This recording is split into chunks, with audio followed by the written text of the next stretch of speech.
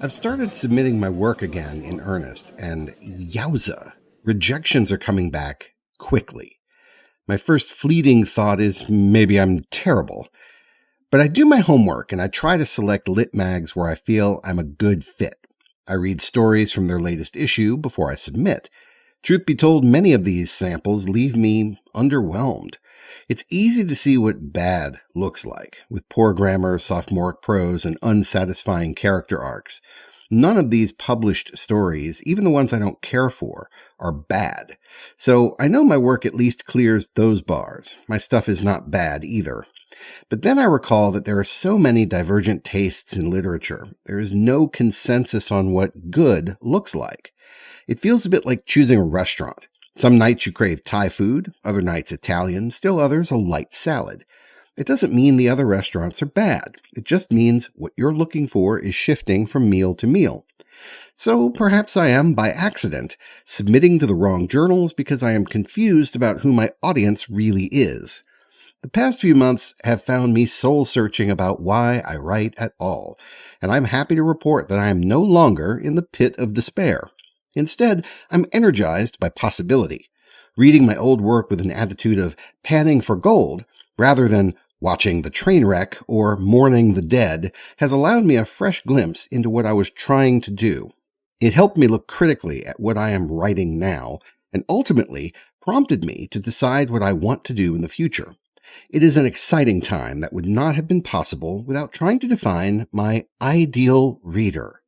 The ideal reader is that one person in the world, whether real or imagined, who really gets what we're trying to do and who loves our take on fiction. After all, we should be writing for them. The way I see it, defining the ideal reader can help me find a voice and a point of view unique and distinct from the crowd of other writers. Writing only for one person should keep me laser focused on style and substance as well, and that, in turn, should make the process of selecting the right publications for my work and ultimately getting the work published that much smoother.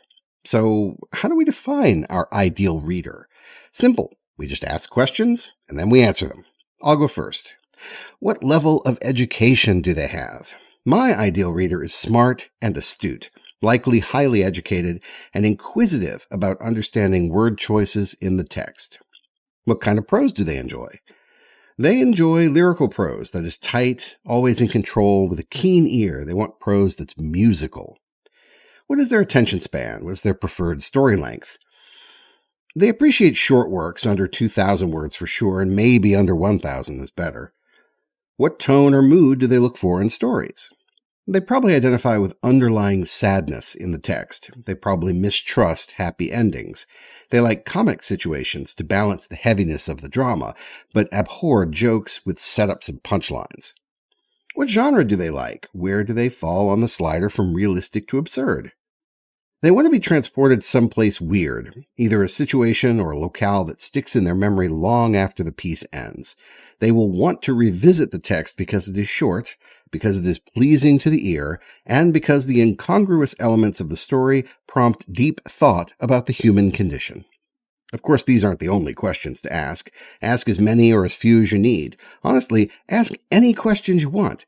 Only you can define that perfect reader for your work.